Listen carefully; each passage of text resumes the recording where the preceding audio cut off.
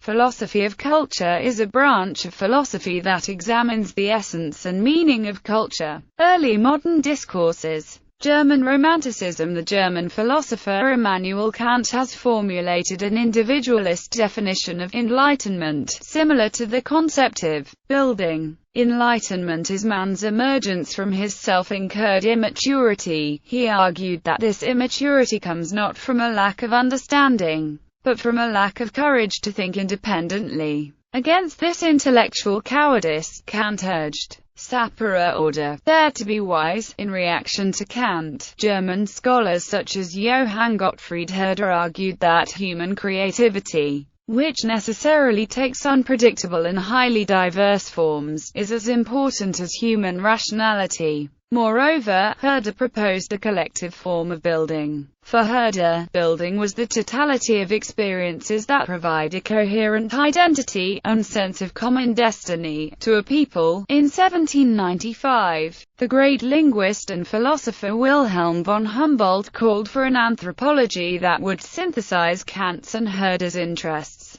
During the Romantic era, scholars in Germany, especially those concerned with nationalist movements, such as the nationalist struggle to create a Germany out of diverse principalities, and the nationalist struggles by ethnic minorities against the Austro-Hungarian Empire, developed a more inclusive notion of culture as worldview. According to this school of thought, each ethnic group has a distinct worldview that is incommensurable with the worldviews of other groups. Although more inclusive than earlier views, this approach to culture still allowed for distinctions between civilized and primitive or tribal cultures. In 1860, Adolf Bastian argued for the psychic unity of mankind. He proposed that a scientific comparison of all human societies would reveal that distinct worldviews consisted of the same basic elements. According to Bastian, all human societies share a set of elementary ideas. Different cultures, or different folk ideas,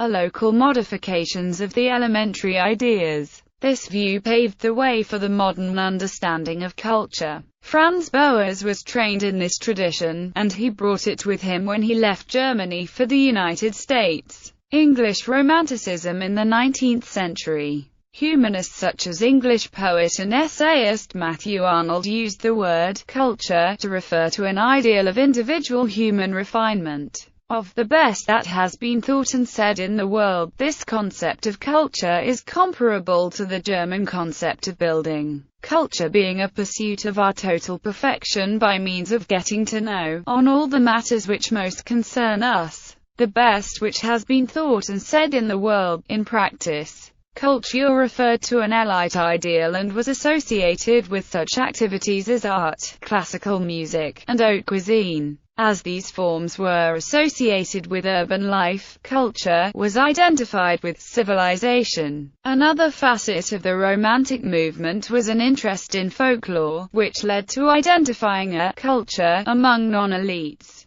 This distinction is often characterized as that between high culture, namely that of the ruling social group, and low culture. In other words, the idea of culture that developed in Europe during the 18th and early 19th centuries reflected inequalities within European societies. Matthew Arnold contrasted culture with anarchy. Other Europeans, following philosophers Thomas Hobbes and Jean-Jacques Rousseau, contrasted culture with the state of nature. According to Hobbes and Rousseau, the Native Americans who were being conquered by Europeans from the 16th centuries on were living in a state of nature. This opposition was expressed through the contrast between civilized and uncivilized. According to this way of thinking, one could classify some countries and nations as more civilized than others and some people as more cultured than others. This contrast led to Herbert Spencer's theory of social Darwinism and Lewis Henry Morgan's theory of cultural evolution. Just as some critics have argued that the distinction between high and low cultures is really an expression of the conflict between European elites and non-elites, some critics have argued that the distinction between civilized and uncivilized people is really an expression of the conflict between European colonial powers and the colonial subjects. Other 19th-century critics, following Rousseau, have accepted this differentiation between higher and lower culture, but have seen the refinement and sophistication of high culture as corrupting and unnatural developments that obscure and distort people's essential nature. These critics considered folk music to honestly express a natural way of life, while classical music seemed superficial and decadent. Equally, this view often portrayed indigenous peoples as noble savages, living authentic and unblemished lives, uncomplicated and uncorrupted by the highly stratified capitalist systems of the West. In 1870, the anthropologist Edward Tylor applied these ideas of higher versus lower culture to propose a theory of the evolution of religion. According to this theory, religion evolves from more polytheistic to more monotheistic forms.